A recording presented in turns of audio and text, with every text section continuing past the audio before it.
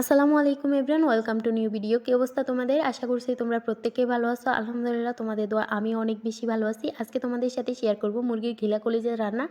বাসায় যখন অনেকগুলো মুরগির ঘিলা কলিজা হয়ে যায় তখন আম্মু এভাবেই রান্না করে। তো প্রথমে সরিষার তেলের মধ্যে পেঁয়াজ কুচি দিয়ে একটু ভেজে আদা রসুন পেস্ট লবণ দিয়ে একটু ভেজে নিচ্ছে আবারও।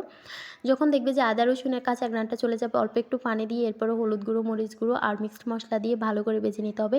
মশলাটার উপরে যখন তেল ভাসতে শুরু করবে অর্থাৎ মশলাটা যখন কষে আসবে এরপরে কিউব কিউব করে কেটে রাখা আলুগুলো দিয়ে ভালো করে রান্না করে নিতে হবে। যখন দেখবে যে আলুগুলো 70% মতো সিদ্ধ হয়ে যাবে এরপর আগে থেকে ভাপিয়ে নেওয়া মুরগির ঘিলা কলিজাগুলোকে দিয়ে দিতে হবে।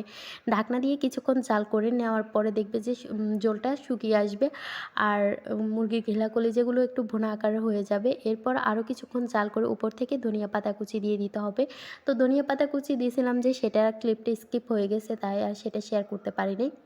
তো এরপরে কিছুক্ষণ আবারও জাল করে নিলাম। যখন দেখবা যে এরকম সুন্দর একটা কালার চলে আসবে তখন এগুলাকে নামিয়ে নিতে হবে। আর এই ঘিলা কলিজা খেতে ভীষণ মজা ছিল। আজকে এই পর্যন্ত রইল। সবাই ভালো থাকবা, সুস্থ থাকবা। Thanks for watching my video. আল্লাহ হাফেজ।